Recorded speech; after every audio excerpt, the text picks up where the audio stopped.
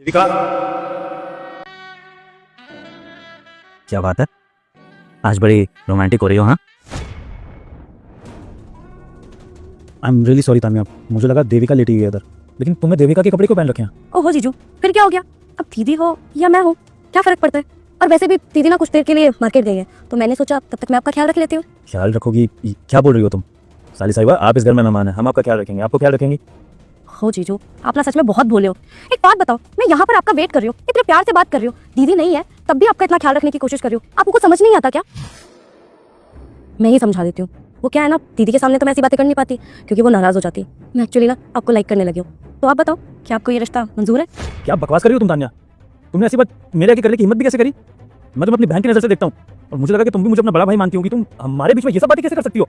ये क्या भाई बहनों का रिश्ता लेकर बैठ गए हैं? आपने वो कहावत नहीं सुनी क्या कि साली आधी घरवाली होती है? यहाँ पे आपको साली खुद से ऑफर दे रही है, बाकी के जीजा पता है क्या करते हैं? साली के आगे पीछे घूमते रहते हैं। और एक आप हो, क्या आप दूर भागे जा रहे हो? बस बहुत ओवर हो रहा है तुम्हारा तानिया, ये बकवास कहावत है मैं नहीं मानता और आगे से मुझसे इस तरह की बात करने की जरूरत नहीं है। तुम्हारी दीदी की बहुत रिस्पेक्ट करता हूँ, इसलिए अभी तक तुम घर में बैठी हो, वरना शायद मैं तुम्हें कब का घर से बाहर निकाल देता। और तुम्हें पता है कि मैं तुम्हारी ये बात तुम्हारी दीदी को बता दूँ तो क्या होगा तुम्हारा? तुमने सोचा है तुम्हारी दीदी कितनी हर्ट होंगी? तुम्हारे रिश्ते भी खराब हो सकते हैं आपस में। जब तक तुम्हारी बहन नहीं आती तुम यहीं बैठो, मैं बाहर वेट कर रहा हूँ उसका। और उसको कुछ बताना मत, मैं भी कुछ नहीं बताऊंगा। मैं नहीं चाहता कि ये सब सुन के तुम्हारी बहन का दिल दुखे। तानिया, मैंने तुझसे कहा था ना कि तेरे जीजाजी मुझसे बहुत प्यार करते हैं, वो मुझे कभी भी धोखा नहीं दे सकते। अब तो यकीन आ गया ना? दीदी आप बिल्कुल सही कह रही थी, मैं भी ना कहाँ अपने दोस्तों की बातों में आके आपका रिश्ता तोड़वाने चली थी, पर आपने बिल्कुल सही कहा था कि जीजू आपसे सच में बहुत प्यार करते हैं और वो आपको कभी धोखा नहीं देंगे। हम वेरी प्राउड ऑफ हिम। चल एक काम करते हैं, फटाफट बाहर चलते हैं, मुझे लगता है कुछ ज्यादा ही गुस्सा हो गई है। हाँ हाँ चलो।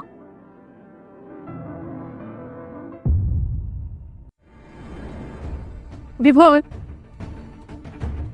देविका, तुम यहाँ? तानिया, तुम तो कह रही थी तुम्हारी दीदी बाहर गई है, तुम अंदर क्या कर रही थी? रुक जा बेटा, इस नवरात्रि में तेरा भाग्य जरूर चमकेगा, लेकिन उससे पहले बेटा तुम्हें भी मेरा एक काम करना होगा। तुम्हें इस वीडियो को लाइक और चैनल को सब्सक्राइब करना होगा, और जाते जाते बेटा कमेंट में जय माता दी लिख देना। मैं मार्केट नहीं गई थी, मैं एक्चुअली सुबह से यहीं पर हूँ और कमरे में छुप के ना तुम दोनों की बातें मैं सुन रही थी। तुमने सारी बातें सुन ली?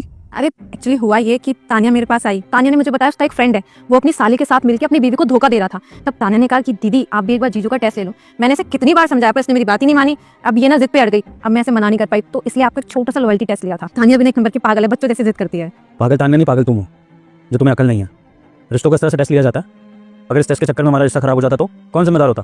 मैं अगर तानिया से गुस्सा होकर इसको घर से बाहर निकाल देता या फिर इस पर कोई एलिगेशन लगा देता, फिर रिश्तों का टेस्ट लेने की क्या जरूरत है?